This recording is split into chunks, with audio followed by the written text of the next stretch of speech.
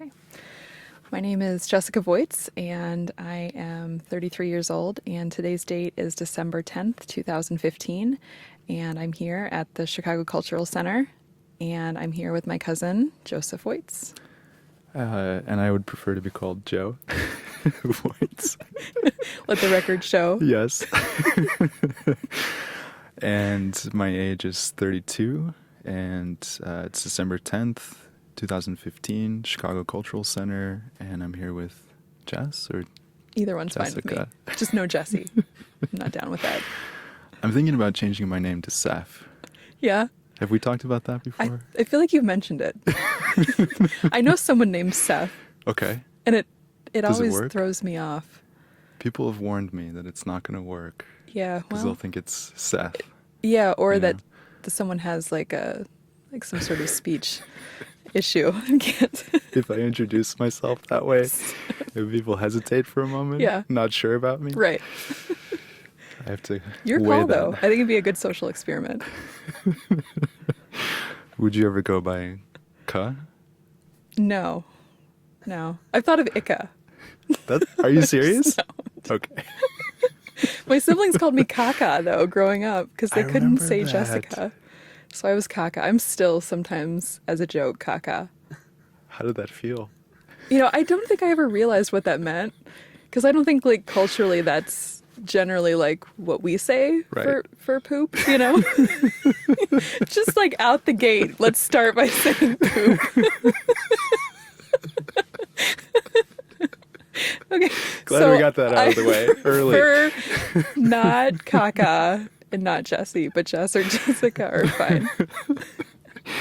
I feel like some cousin, not on our side of the family, Yeah. but on my mom's side of the family, at some point called me Popo or something like that. Yeah. Something similar. So we're in the same boat. I guess it's a thing. Yeah. Yeah. Okay, I'm fine with it. All right. So Jess, Yes. Ika. Yeah. When I think about you, what I think of is adventure. And that comes from my knowledge of you living in Chicago. Mm-hmm. We had a long gap in our connection in childhood. We'd get together a lot and play a lot. And then there was radio silence for years. But you reappeared on my radar when you moved to Chicago. And I don't know what it was, if it was emails or probably my mom just giving me constant updates about you when I was living in other places. But you kind of grew up into this almost mythical figure in my mind. Oh. Because I was scared to move to Chicago when I was growing up. So I really admired that about you. So my goal today in this StoryCorps interview, at least my half, is to just capture what Chicago means to you. I think it is something important to you. It's been had a big impact on your life. So that's what I want to talk about. So my first question is kind of a little bit off the wall. Who is the kindest person that you've met in Chicago?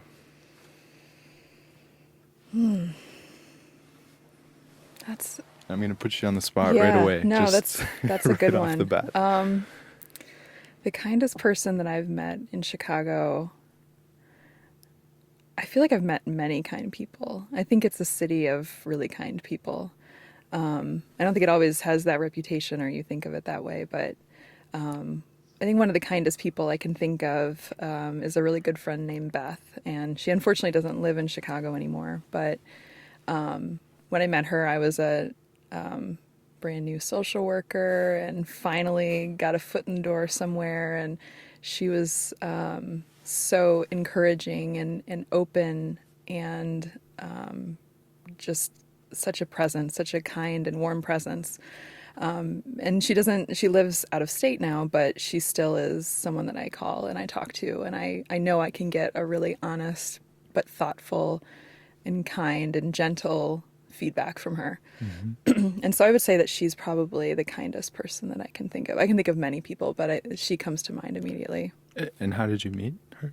So she Okay. worked at the same place that I started working at. So Yeah. she's another social worker and is perfectly suited for her field. And when I think about the type of person and social worker I want to be, I often think about Beth and how she handles herself and how she cares about people and truly so, really cares. So that would be my answer to that. That's interesting. Can you describe more what the kind of social worker you'd like to be would be? Yeah, I think someone who, I mean, it's obviously it's a busy field. No matter what type of job you have, you're going to be overworked and underpaid and all of those things. But I think someone who, regardless of what is going on, always stops immediately and takes some time and really listens to what the problem is and tries to help someone see through it. Even if it's just to the next task, or maybe it's the larger picture, or maybe there's just an ear, someone to listen to. And, I've been thinking a lot about, and when I've been talking with patients, I've been talking a lot about creating spaces for people. And so I think about that a lot in my practice. And I think that's something that, my friend does well. And just being a presence and creating a space for someone to be able to share what they're going through and be able to talk about how they're feeling. And so I think that's the type of social worker that I want to be. That's perfect. Perfect segue into the next question. Okay. You're welcome. It's almost as if we practiced this We have. beforehand. Oh, we're not supposed to say that. How have you created a space for yourself in Chicago? Wow, that was perfect. You're welcome.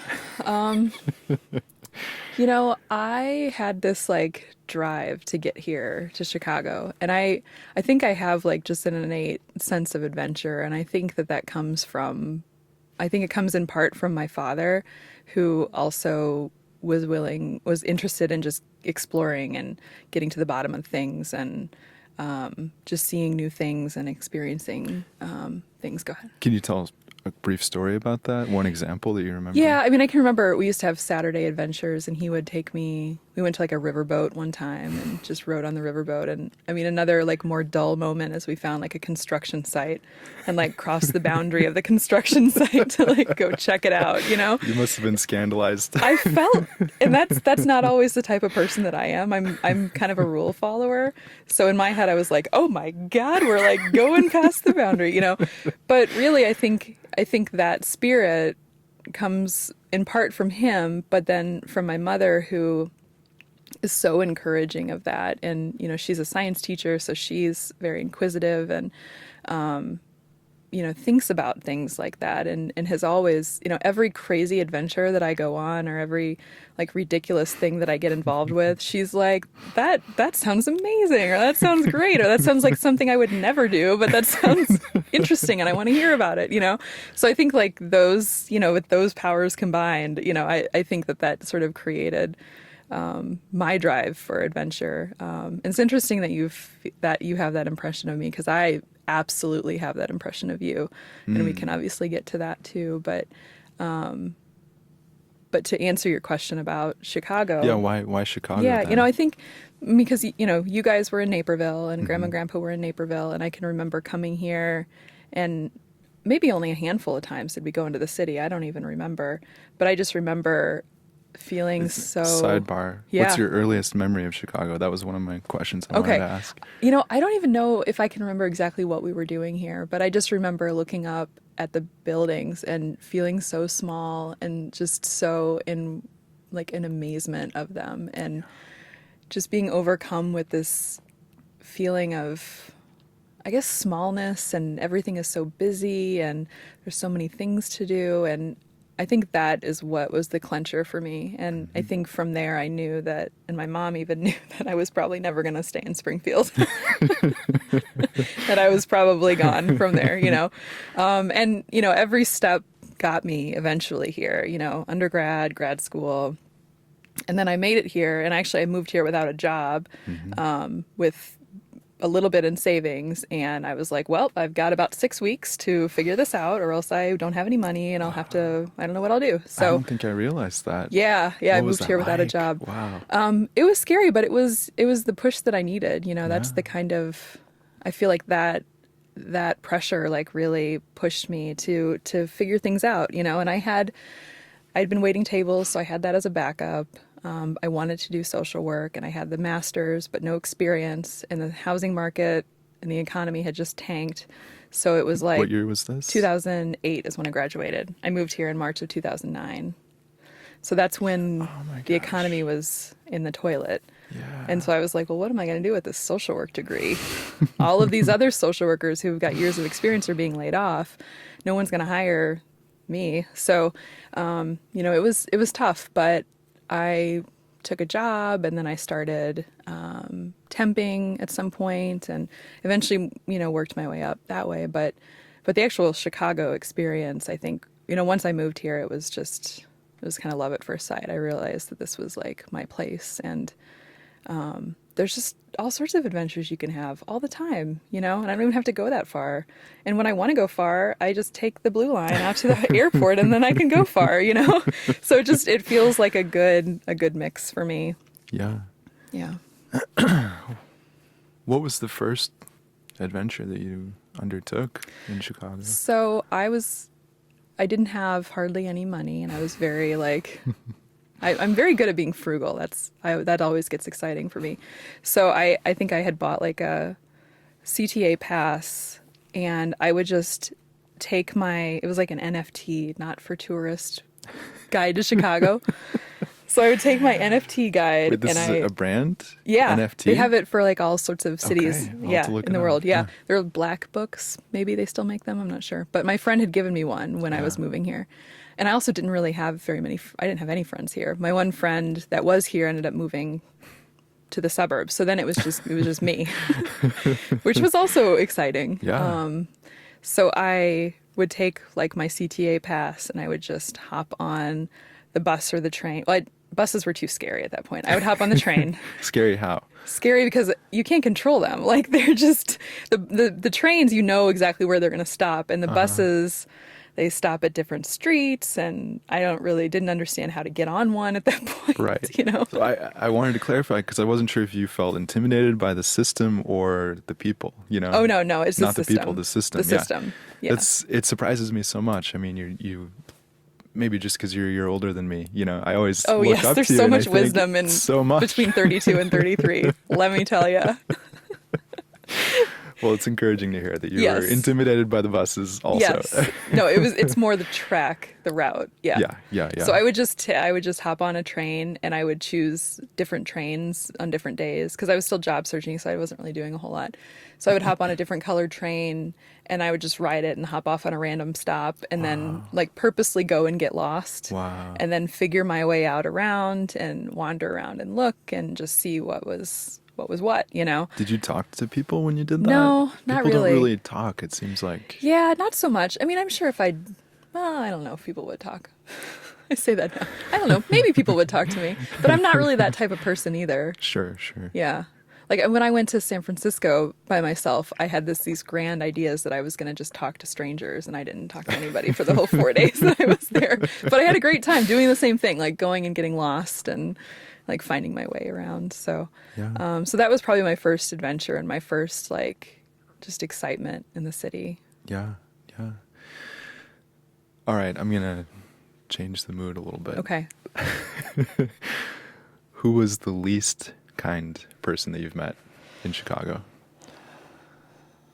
And Least like kind an person. acquaintance, or not an acquaintance, but like a stranger, or you know.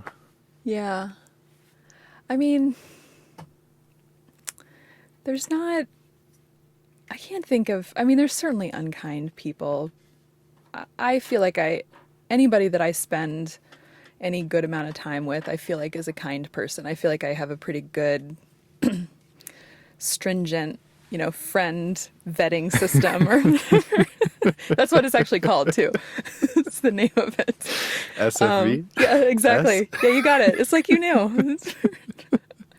So you know, I've certainly had encounters, you know, actually, you know, on CTA or on, Yeah. you know, whatever with people who were unkind or abusive or, you know, things like that. And so that is certainly upsetting. When I used to own a car, extremely unkind people in cars. Yeah. just, and the more expensive the car, it seemed like the more unkind the person was. Yeah. And for a while I lived in Lincoln Park, so they were like everywhere. So that was probably where I encountered the most unkind people, is just behind the vehicle, behind the wheel of a car. Yeah. But I don't own a car anymore, so I'm great. No more unkind people. Yeah, I know. That's how you get rid of that. Just get rid of the cars. Solving all the world's problems today. That's what we're doing. I'm curious, what was your biggest disappointing excursion? Something you set out to do, maybe from the Not for Tourists guide, that turned out to be a bust? I mean, probably. Let's just be honest. Probably anything in like Wrigleyville, I think was a little bit disappointing. Why? It's just well, first of all, I don't really care that much about baseball. But I think too, it just is. There's the culture. I don't know. There's not a lot of a culture, I wouldn't say. It's about drinking and it's about partying and baseball and this kind of. Yeah. I don't know. It just wasn't for me. So many people, identify that with Chicago. Yeah, and that doesn't feel like Chicago to me. Yeah. What is Chicago to you? Chicago to me is kind of like, what would I say?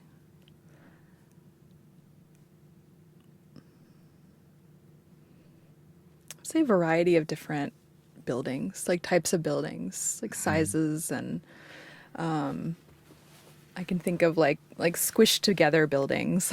Nobody has yards. Everybody is like pushed together, I think it kind of creates like a community in that way.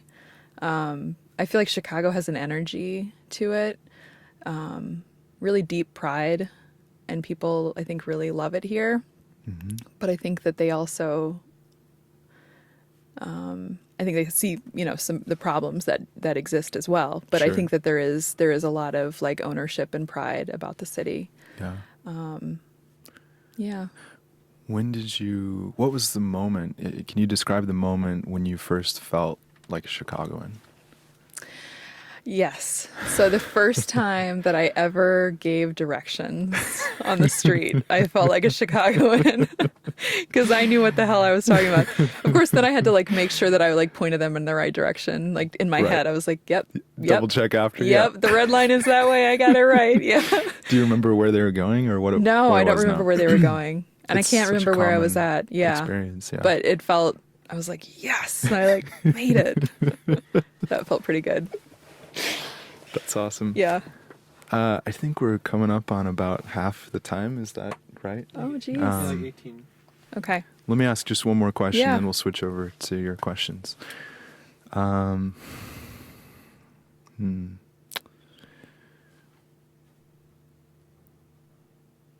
going to ask two questions, actually.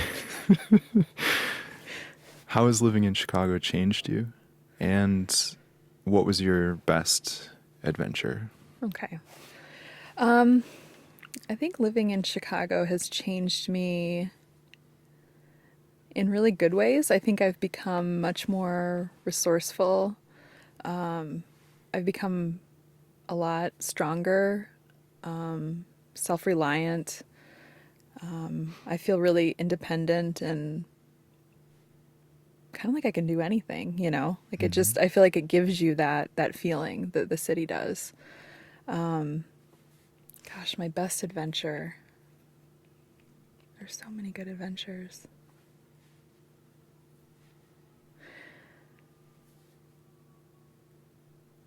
Gosh, I feel like I could name like 10. So I'll name 10. Yeah, Yeah. I meant to just ask that and then Yeah. say another, Okay, and just all right, fill out the rest. Yeah. So Yeah, I mean, I think great adventures, recent ones, why are none coming to mind right now? I mean, just ice skating in this new ribbon, that was amazing. have you done it this year yet? Not yet this year. We're dying to. Yeah.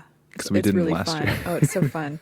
Riding the holiday train, like that's an Yeah, annual why- thing I do every year. Why do you love that so much? Because it's just ridiculous.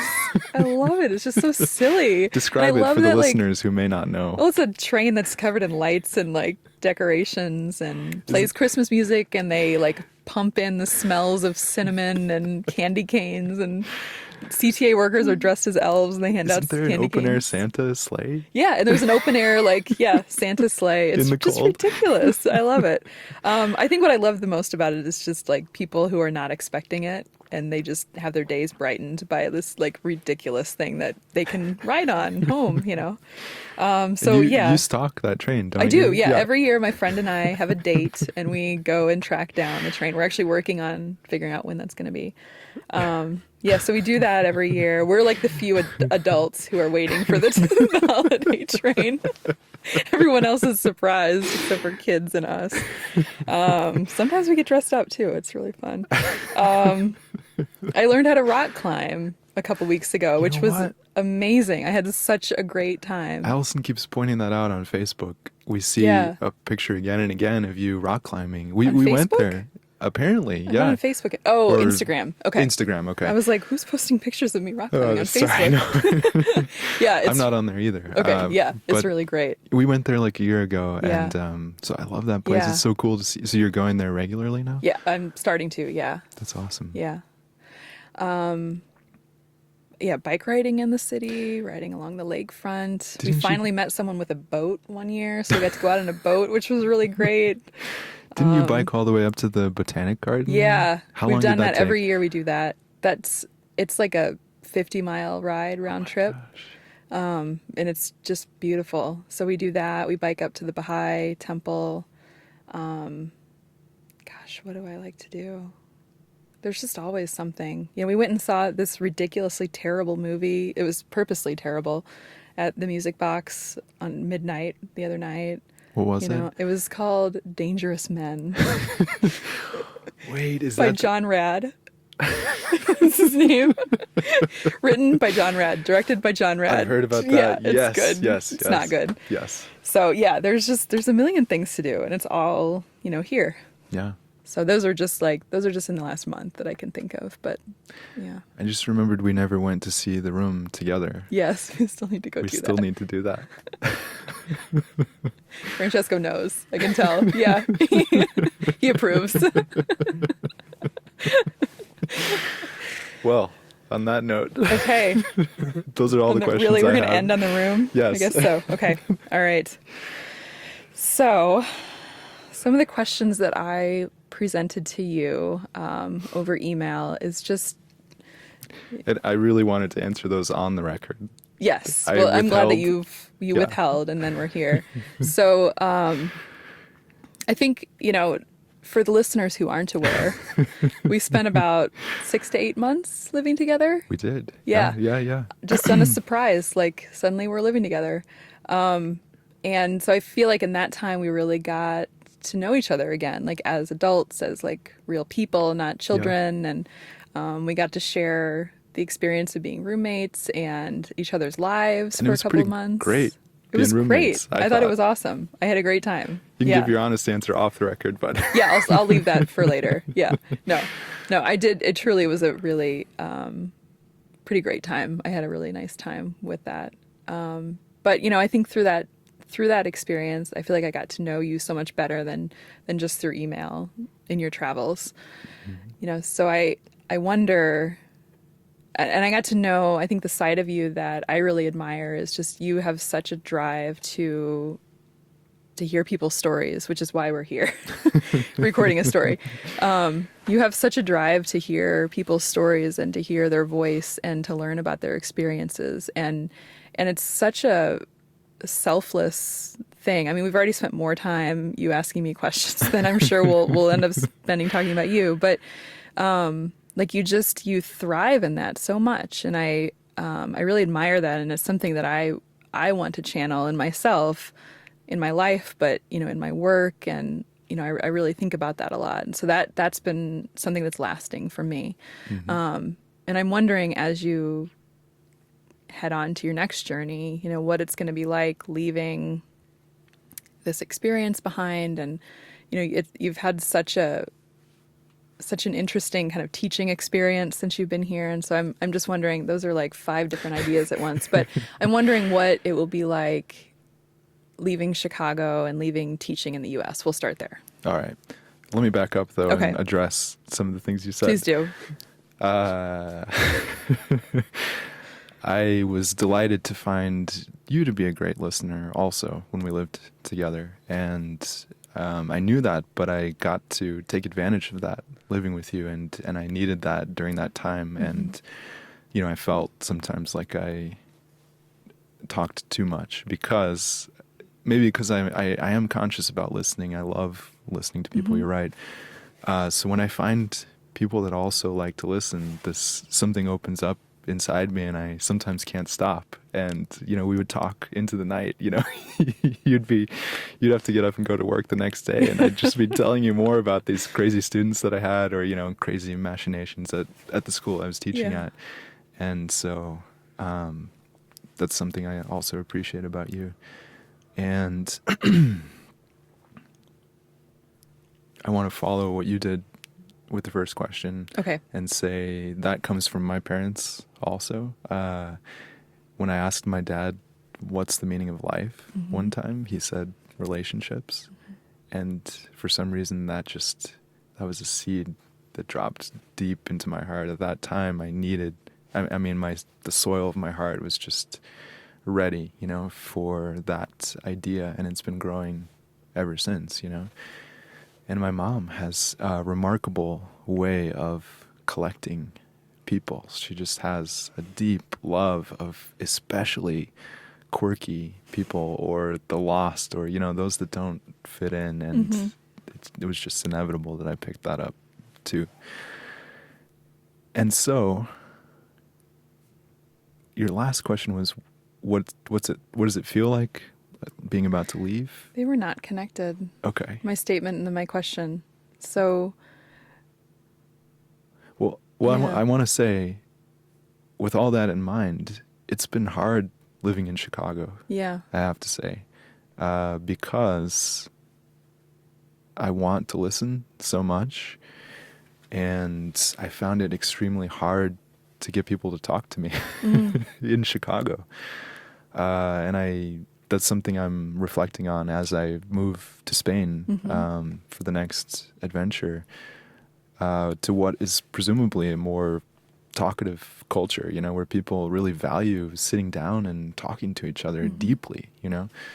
I don't know if it's, you know, the business culture in Chicago or the Midwestern reticence to open up, or people, like you said, people are very kind. Hmm. You know, it's a great, kind city, but it felt like everyone was really wrapped up, and I was too, you know, just Hmm. in the struggle to get by. And it Hmm. was hard to set aside time to really listen unless, like, you know, we had to live together to actually talk to each other. And I knew it would happen as soon as I moved out. I mean, I resolved I wanted to keep, you know, reaching out and connecting with you on a Hmm. regular basis, but it just doesn't happen, you know? There's Yeah. something about the pace of Chicago life that kind of inhibits deep conversation for some reason. Yeah. So I'm really, as much as I love Chicago, and I do, I deeply, deeply love Chicago. I'm Hmm. thrilled to move on and get back to connecting with people, which I find much easier to do as a foreigner living overseas. Hmm. You know, there's more reason to talk openly and deeply Hmm. when you meet someone who's different from you. How do you handle, what is that experience like for you to just go to countries where you don't speak the language and you don't know anybody? Oh, it's joyous. I don't know what's wrong with me. I know most people just maybe tense up at the thought, but I remember when I was like 22, when I was on the plane to Africa, you know, I was journaling on the plane and just saying, now I'm me, you know, like I had just graduated from college and um, felt, I don't know, I was confused about what to do with my life, you know, Hmm. and I'm a very self-conscious and shy kind of person, you know, and so I just have never felt very comfortable in the places I've lived in America. But on that plane, as soon as I was leaving and going to this new place, I just felt so alive. And ever since then, every time I've lived in another place, I mean, it's just pure delight because everything is different and amusing. Yeah. Everywhere I look, there's something that's perplexing and wonderful, you know? And I don't know why I wasn't more afraid, you know, like, but you know, I'm 32 and I've been to 34 countries and I've never had an experience that would discourage me from doing what I do, you Mm-hmm. know? So uh, it's connected to my desire to write ultimately someday, to Mm-hmm. have, you know, to contribute some wisdom to people in the future. Going to a new place is the best form of study, I Mm-hmm. find. You know, books only go so far, but when you're in another culture, you know, your whole being is just broken, and then you make it anew, and that feels so healthy to Mm-hmm. me, you know. Yeah, I really do know that. I mean, I feel like I have similar feelings on. I've experienced them on usually smaller scales, but even just moving to Chicago, that feeling of like not knowing anyone, and it was so exciting, and just traveling, and it's a similar feeling of just being somewhere that you don't know at all, and being totally open to like seeing everything and not getting into your usual habits and being closed off. And so I do feel like I understand that, and I'm often envious of the amazing travels that you've had. But I still, so I have that element, but that I also have this like tether, you know, where I do also feel the comfort of like having a place to go back, not a place to go back to. You have places to go back to, but Mm-hmm. having that place that I always go back to, you Mm-hmm. know. Mm-hmm. That's a big concern for me, actually, because when I finished college, I moved in with my parents, and I actually applied to DePaul's, you know, graduate education department and got accepted. I was going to start that fall, and I was torn between my dream of traveling the world like Ernest Hemingway and the great Mm-hmm. writers, you know, or just putting down deep roots in Mm-hmm. Chicago near my family and having deep community, you know. Mm-hmm. I really felt like it was a crossroads and I could have gone either way, you know what I Mm-hmm. mean? And I met Allison, and I'm so thankful that I did, because it was only fear that was preventing me Mm-hmm. from embarking on that, you know, just not knowing, just it felt impossible, you know, to go and live other places. But she shared that dream, and she didn't seem inhibited at all about it, and that bled into me. It just awoke me, you know, Mm-hmm. and I'm so thankful for that. But now I do constantly worry about what we've lost, you know, Mm-hmm. in community. You know what I mean? Because, well, like, we're about to leave, you know, we've spent 2 years getting to know people here, and it's never going to stop feeling weird, I think, and deeply painful to leave Mm-hmm. those people, you know? Since I'm a people person, I don't know why Yeah. I do this to myself over and Yeah. over. Do you know what I mean? Do you have similar feelings when, well, the places that you've stayed, you've been for a year or longer? Mm-hmm. And do you have similar feelings when you leave each place? Oh, yeah, Okay. absolutely. It started with China Mm-hmm. in 2007 to 2008. It was only 10 months, but I was gripped by this guilt of Yeah. like, things are just starting, you know, I'm just getting to know these students. There's so much more that we can do here, you know? Uh, and then we lived in Portland for almost 3 years, and that was just heartrending, you know? That's probably where we'll end up again, I hope. Same in Korea, which was about 3 years or 2.5, and then now Chicago's been 2 years. It seems to Mm-hmm. be, you know, the amount of time that we're spending in places, Mm-hmm. and I keep thinking it's gonna be different or better, or that I'll know how to do it, you Mm-hmm. know, and I haven't gotten there yet. I don't know Yeah. how to do it. What has caused you to move to different places? It's a good question. just like 2 weeks ago at Thanksgiving, my mother-in-law sat me down in a quiet moment and said, "Now, are you guys restless? Is that what it is?" And I was horrified because I think a lot of people may look at it and think that, but that's not what it feels like to me at all. And I tried to say this, I don't know if it came across, but,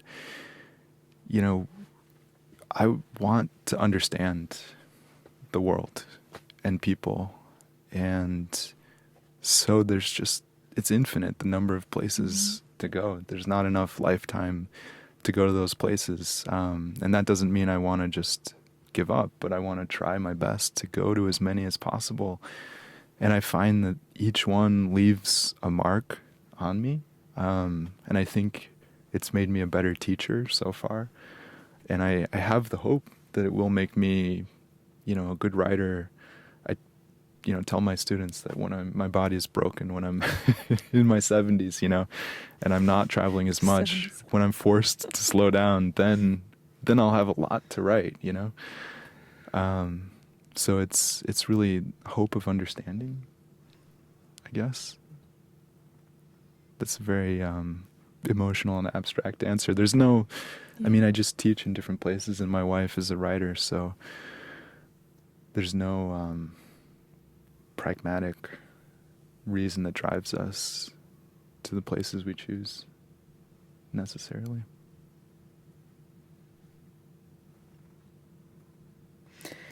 And I think that would be so hard to find. The greater understanding of people. People are so complex and different in every place that you go to, So it's almost like you're restarting the learning process everywhere you go, And I imagine it builds upon itself, But although I've found, and this is cliche, but people are the same all around the world, And the differences are hilarious and and powerful in noticing, There's so many examples, but I used to be really frustrated just walking in Korea, just walking up to the university from my apartment to teach. I couldn't figure out the pattern, the flow of pedestrian traffic. I kept getting stuck behind 3 old ladies walking in the street, or 4 male students, like high school students, all in uniforms, walking towards me like a wall, and they weren't budging, and I just didn't know how to jump out of the way or break through them, Even one time walking around a corner, this administrator ran around the corner and bounced off my chest, and all these papers flew everywhere. She came just running around the corner, So I finally asked one of my students, "What's going on? Why can't I walk here, That did frustrate me. Strangely, that's one of the few things that frustrated me about living there. And he said, "Well, Korea was a colony of Japan. And in Japan, they move on the left. And then that colonization ended, and now, the United States influences Korea. So now our generation tries to walk on the right." Wow.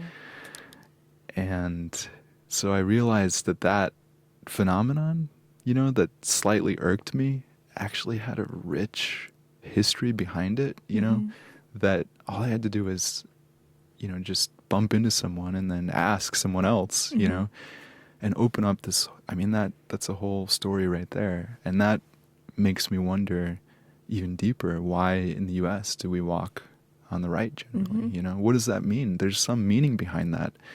And that's something we do every day. Right. We've all done it, and not by choice. It's imposed on us by our culture. And none of us really, do you know why we chose the right? Don't. I'd love to know the answer to that. And then if I find the answer, then I'm in a better position, to choose my path, whether it's, ideally it would be in the middle somehow, There's a lot of meaning there.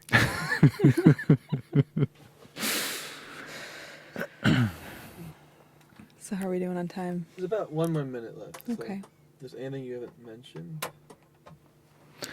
Well, Jess, I just love you. I just I want to love say you that. too. I'm so glad you were Yeah. willing to sit down and do this. Yeah, this was awesome. Like I said, it's something that I know about, and it's very cool. So I think it's a nice way to kind of cap our time together. Although I don't think there's like, I mean, we could sit here for like days, I think, and like talk about stuff. Subject poor Francesco to like our conversations that we've had over Talenti. We'd have to buy him Talenti is what we would have to do. We went through way too much Talenti. But, I would say that, I hope as you guys embark on this next journey that, we find ways to connect. If it's even just through really brief little emails, or if there's some way that you'll join Instagram so I can see your pictures, and you can see mine, or, find some other way to do it. But, this relationship, now that we've resumed it, and we've grown it, I feel like it's really important to me that we kind of keep it going as much as we can.